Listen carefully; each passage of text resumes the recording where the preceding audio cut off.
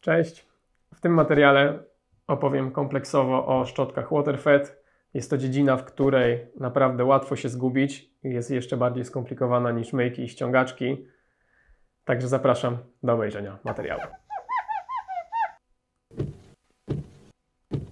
W pierwszej kolejności omówię typ włosia i mamy takie dwa główne rodzaje włosia w szczotkach. Jedne to jest takie włosie, które ma rozdwojone końcówki.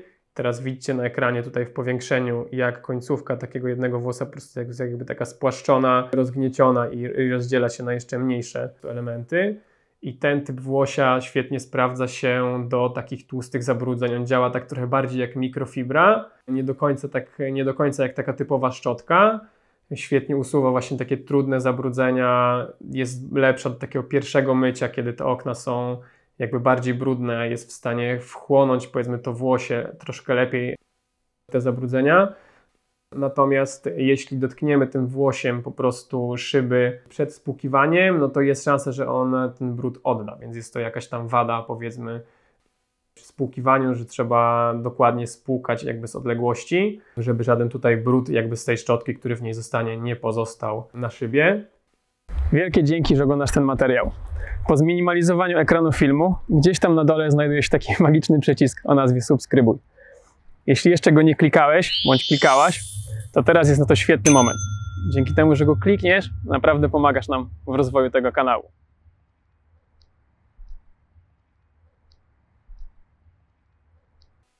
To włosie rozdwojone jest też bezpieczniejsze dla takich wrażliwych powierzchni, jak jakieś takie elementy plastikowe, PCV, lakierowane, bo po prostu przez to, że to włosie jest takie bardziej delikatne, no to gdzieś tam jakieś ewentualne mikroryski nie powstaną. Drugi typ włosia to jest tak zwane włosie monofilamentowe i tutaj tak jakby każda końcówka każdego włosa jest jakby ucięta, w cudzysłowie, nożyczkami, więc ona jakby nie ma tych rozdwojonych końcówek. No i znowu to włosie dużo lepiej wymiata gdzieś tam zabrudzenia z zakamarków. Jeżeli ta szczotka jest taka mokra, to ona jakby nie... Tutaj to włosie się trochę skleja w tej szczotce, jakby zbijają się te końcówki.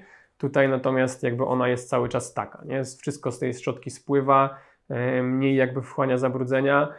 No co za tym idzie, jest trochę lepsza do takiego jakby mycia bardziej regularnego wodą demineralizowaną, więc jeżeli już gdzieś tam te okna były myte pierwszy, drugi raz, to pewnie te szczotki są lepsze. Z tym takim włosiem, które jest monofilamentowe, bez rozdwojonych końcówek. Natomiast można stwierdzić, że to włosie z rozdwojonymi końcówkami jest po prostu bardziej uniwersalne. Prędzej umyjemy, większą ilość powierzchni po prostu umyjemy tą szczotką. Na pewno warto jest sprawdzić to w praktyce, nie? Czyli mieć obie te szczotki i sobie gdzieś tam testować. Nie ma takiej jednej jasnej zasady, że do tego jest potrzebna ta szczotka, do tego ta. Ja tutaj dzisiaj opowiem Wam o tym, jak to jakby jest w teorii, natomiast w praktyce no to jest tak trochę jak ze ściągaczką. Bardziej czasem pasuje komuś ta, bardziej ta. Niekoniecznie jest to tak dokładnie, że ta zawsze się sprawdzi do elewacji, a ta zawsze się sprawdzi, nie wiem, do okien, do regularnego mycia, nie? Czasem może być tak, że gdzieś tam te szczotki będą wymiennie stosowane. No i kolejnym aspektem, który chciałbym poruszyć, jest długość włosia, bo szczotki mogą być takie, które mają trochę krótsze włosy i takie, które mają je trochę dłuższe, na przykład w tym przypadku, nie? Niektórzy właśnie producenci, tacy jak Gardiner, po prostu wyróżniają jakby linię tych szczotek, o czym opowiem w kolejnym materiale, na to, czy to włosie jest po prostu krótsze, czy dłuższe. W praktyce ma to takie zastosowanie, że na przykład w tej szczotce to włosie tutaj w środku jest krótsze, a na zewnątrz jest dłuższe. No jeżeli my rozpłaszczymy tą szczotkę na szybie, no to w tym przypadku teraz to włosie wewnętrzne idealnie szoruje środek i bardziej doczyszcza, po prostu to, co tutaj jest wewnątrz. No a te włosy jakby zewnętrzne się rozpłaszczają po prostu na boki. No i teraz to, co jest ważne, że jeżeli my tą szczotkę dociśniemy do szyby w ten sposób, no to zwróćcie uwagę, że jakby te włosy w ogóle, duża część po prostu tej szyby w żaden sposób nie dotyka, nie? Często ktoś chce coś doczyścić, doszorować i dociska tą szczotkę po prostu na maksa, żeby gdzieś tam doszorować, no to wtedy właśnie to włosie jest nieefektywne, nie?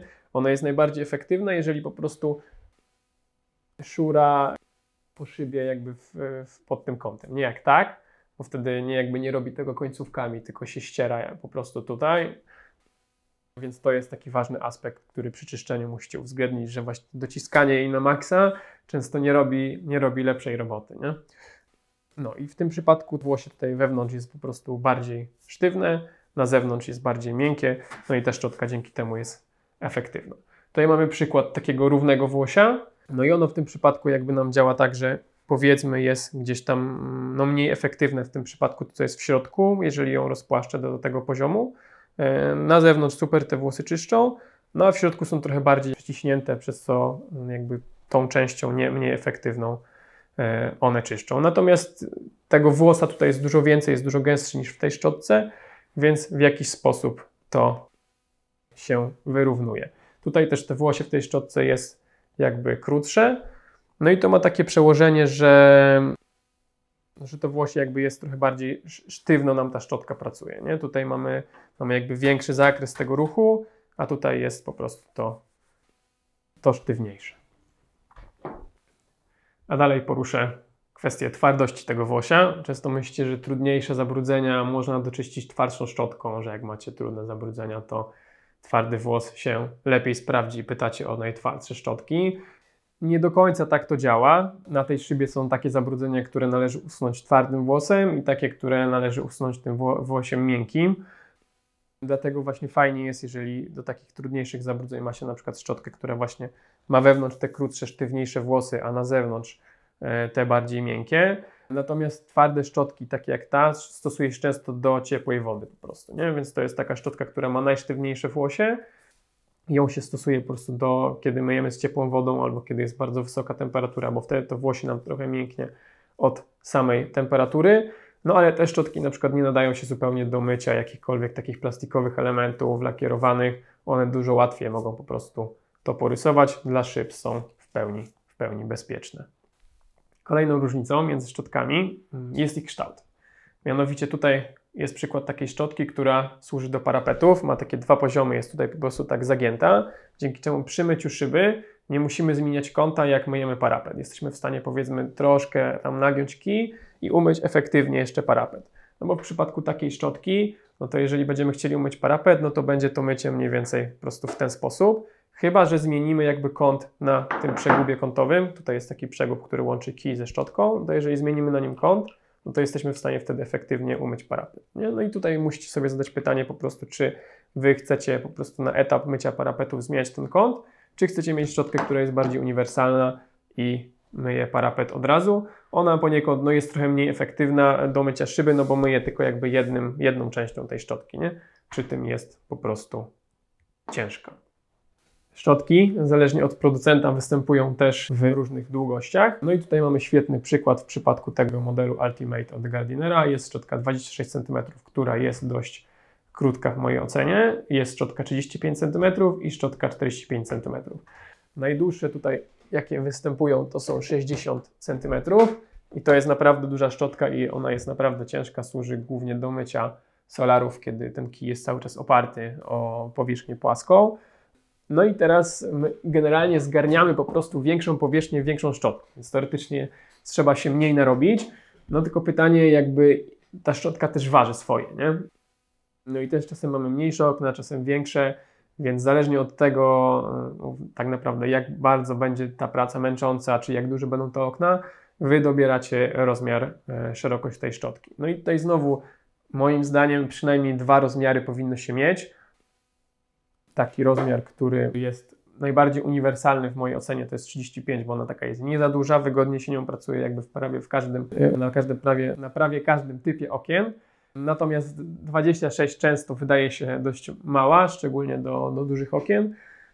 Także wybór tutaj po waszej stronie, zależnie od tego, jaki typ okien mamy.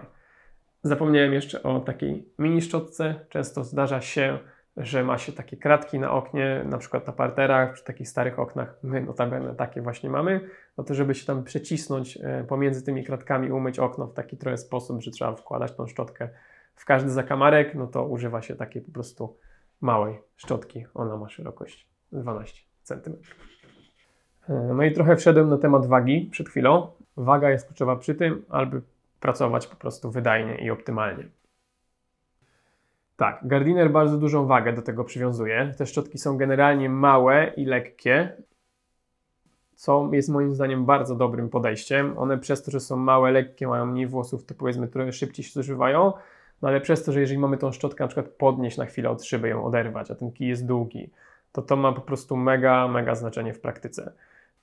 Wagi tych szczotek i szczegółowo opowiem o tym, jakby porównam je ze sobą w kolejnym materiale, natomiast jest to kluczowe, nie? Tu zwróćcie uwagę, tu jest szczotka trochę, która jest taka bardziej masywna i ona po prostu, tak myślę, że jest 2 razy większa niż ta szczotka, nie? Ma trochę więcej włosów i tak dalej, ma cały większy tutaj ten core, ale jest po prostu cięższa. W przypadku tej szczotki, którą wcześniej wyjąłem, no to ona w ogóle waży, tak myślę, co 4 takie szczotki, no ale ona służy stricte do mycia płaskich powierzchni i ten docisk tam jest nawet jakby pożądany, bo wtedy jakby sama trochę dociska szyby, nie?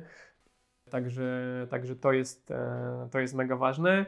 Gardiner moim zdaniem trochę już przesadza z tą wagą, wypuścił taką linię, która się nazywa Extreme i ona jest ekstremalnie lekka. Ta szczotka waży około 100 gramów, jest mała, są też oczywiście szersze. No i tutaj jest trochę mniej efektywne to czyszczenie, bo włosia jest po prostu mniej, szczotka się szybciej zużywa. No ale pytanie, czy my jakby bardziej chcemy się w tej pracy zmęczyć, czy mniej? No i to już od Was zależy, nie? Jakie Wy macie preferencje. Czy chcecie szybciej coś wyczyścić, a bardziej męcząco, czy jakby w takim samym tempie, a mniej męcząco, powiedzmy, nie? Więc to taki aspekt wagi i jak on wpływa po prostu na pracę. Dalej mamy dysze. Do szczotek wkłada się dysze. Albo 2, albo 4. Więcej raczej nie.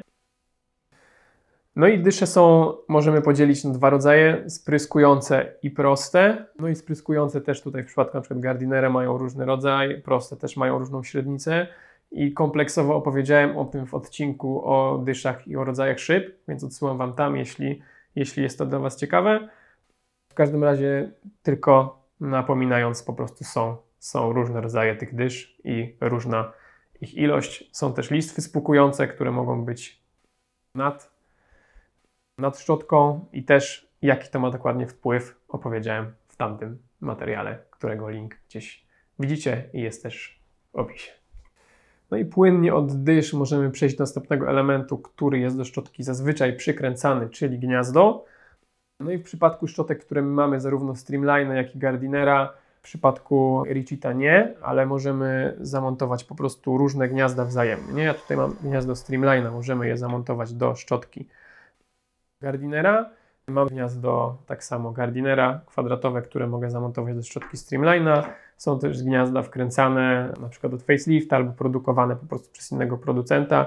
One też jakby nam wzajemnie między szczotkami pasują.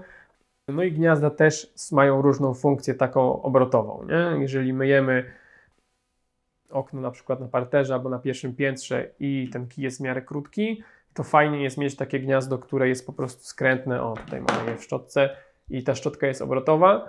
Dzięki temu jakby możemy my stać w jednym miejscu, a tą szczotką i kijem trochę manewrować na boki, nie? Bo jeżeli jest jakby ta szczotka zawsze prostopadła, nieruchoma, no to my musimy jakby stać prostopadle do szyby i przesuwać się tak samo prostopadle za każdym razem, nie? Nie możemy ani umyć coś po prawej, ani coś po lewej, nie? Więc to też jest coś, co jest czasem przydatne, bo czasem nawet właśnie jest jakaś przeszkoda i my musimy umyć gdzieś coś tam bardziej w bok.